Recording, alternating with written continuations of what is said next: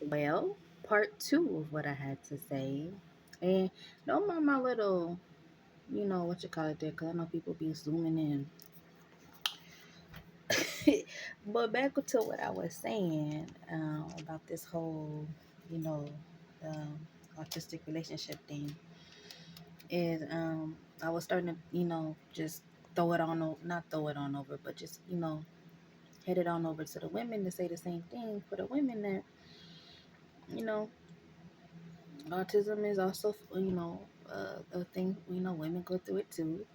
And so this is also for women. But I just, because the reason why I made this whole video first off is because I was watching a video and about this man that did some silly stuff between two women, and I wasn't not trying to excuse his behavior, but I was just, as the side chick was explaining what was happening, I was like, I started thinking, I was like, these type of stories happening way too often. So either these men are just really evil, nasty, low down, and whatever, or some of these men are truly on the spectrum and they don't know how to express. It's not to say that they don't know how to love. They just don't know how to express. They don't know how to categorize. They don't know, how to do certain things that they probably should have been taught, to do, or they just get overwhelmed with, or they're underwhelmed or overstimulated, whatever. And like I was saying before the video cut off, because apparently my storage was full. Um, uh,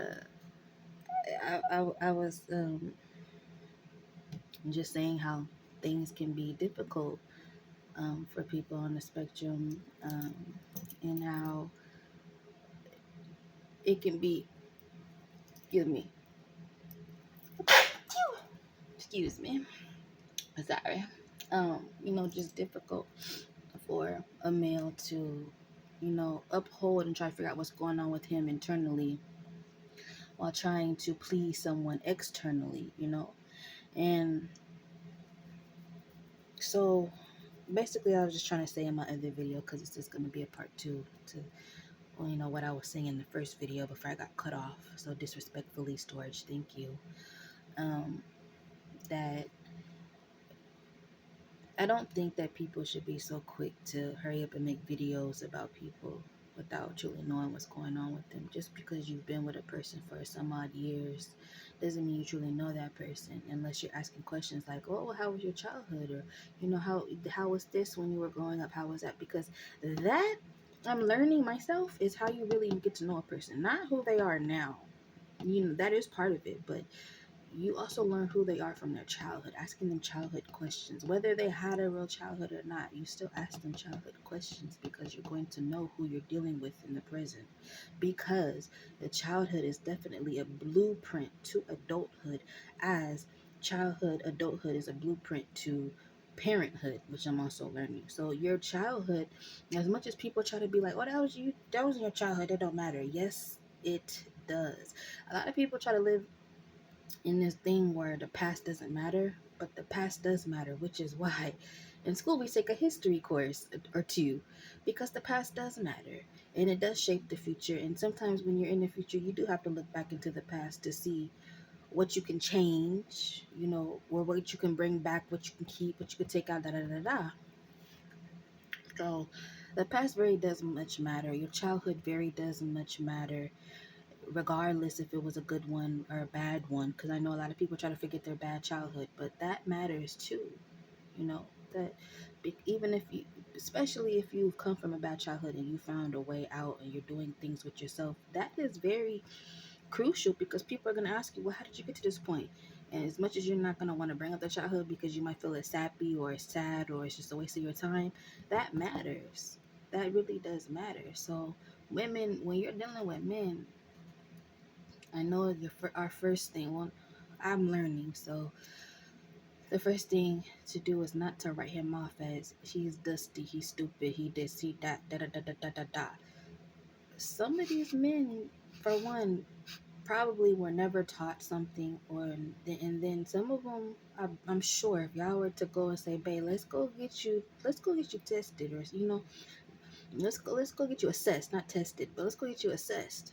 Because maybe, especially if you're seeing patterns, because that's another thing with people with autism. They like certain patterns, or they fall into certain patterns, and people that have ADHD and ADD, they have patterns as well. So you're going to think that, oh, you just ain't trying to do this, you ain't trying to do that. Their minds are wired differently. They think differently. They move differently. So you're going to be mad at someone who is like that and they can't even help it. So I think that it's smart that if you see something in your partner, whether it's a man or a woman, you try to bring that to them. Not don't do it disrespectfully and nasty and all that. Show them things. Look up for yourself first what autism is, what different learning disabilities are first, and then try to look at your partner, and then think about that and say, hey babe, I was just sitting here wondering, going through things, and you kind of do some of these things, and show it to them in a way so they can understand it, because that's another thing with people who are on a spectrum and things like that, is the way you deliver yourself to them. Like I said, a lot of them socially are um, just they're different, so they might perceive things differently. What's normal to them may be abnormal to you. What's abnormal to you may be normal for them. That's really what you're working with. And so I think that we need to be kinder to each other. And if you see something in your partner, before you go balls out fury, um, try to think about that. Like, is my partner thinking on a different level that I am not aware of, or I can't think on because I'm not there with them in that type of way? It's okay to ask for help. It's okay. Just ask. I would just ask, because you could end up saving your relationship and having someone very good, especially if you love that person or whatever, or you find you have more good times than you do bad times, and it's just little things. Those can be fixed. I don't know if they got ABA for adults. I know they do for children, but I'm sure they have something for people that are on the spectrum. Um, for example, they don't have to do it because he's rich. Like, he's grown now, he's making money, so why does it matter? Probably to him. But one relationship that stuck out to me that I thought was so kind and was just like, oh, was Tim Burton. I don't know everybody. I know everybody should know who Tim Burton is, but um he was in a relationship, a long-term relationship with his girlfriend. Um, is it Helena Boham Carter? Like, basically the woman that you see in all of his movies, basically. Um, like this scary, odd-looking woman that you see in basically all of his Tim Burton movies. You can find her name and look her up, and you'll see that they're tied together. They have a child together, so they're baby mama, baby daddy, whatever.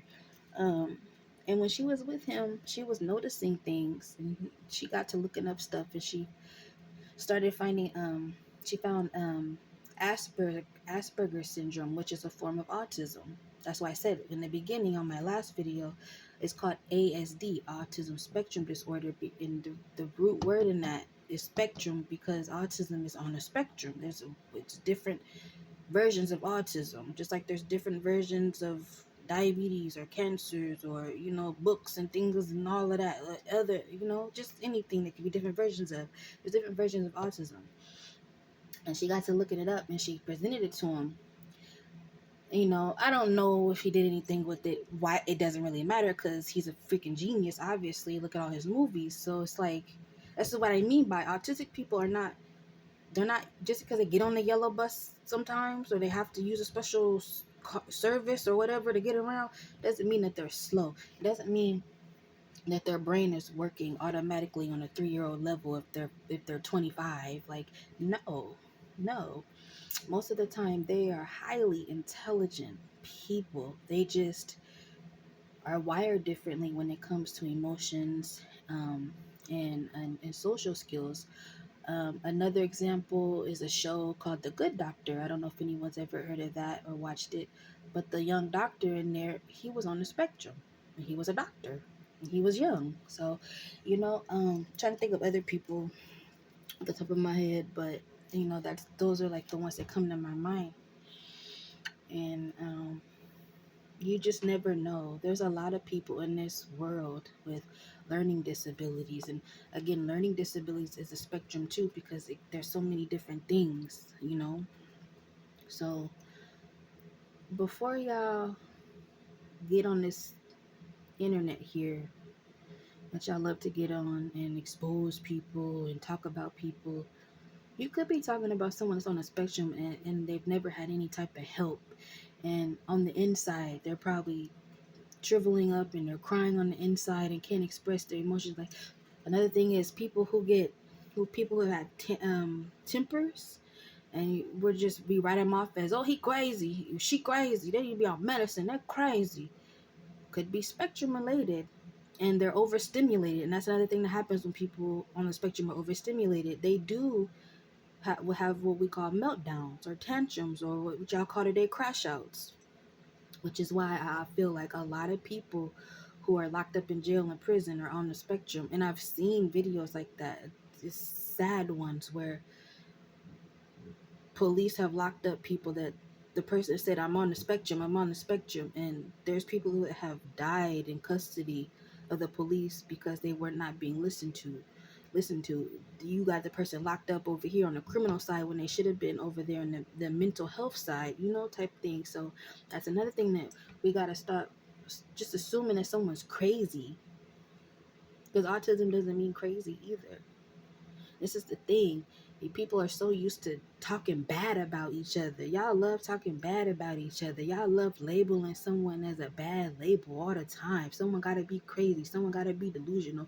Somebody got to be retarded. Someone got to be stupid. So why? Why can't nobody be intelligent, smart, kind, loving, misunderstood? Like, why is that so hard to say? Why do y'all gotta always say the worst about people before you could say good? And then when you find out what's really wrong with the person, or not even wrong with the person, or what's going on with the person, is, oh, I didn't know, and I'm sorry, and oh my, oh, now you should have did that at first, when you could have just said, hey, what's going on, or hey, I know, I have a little knowledge in this. Do you feel like, yeah, people don't do that no more. Y'all be so quick to jump on this internet to get validation from others for your feelings and how you feeling, and things, instead of going like, man, I'm going through this, and this person like this, and does anybody, instead of asking for actual help with a person or trying to understand someone, y'all go straight into bashing each other, and then y'all be giving these people with no live, low lives ammunition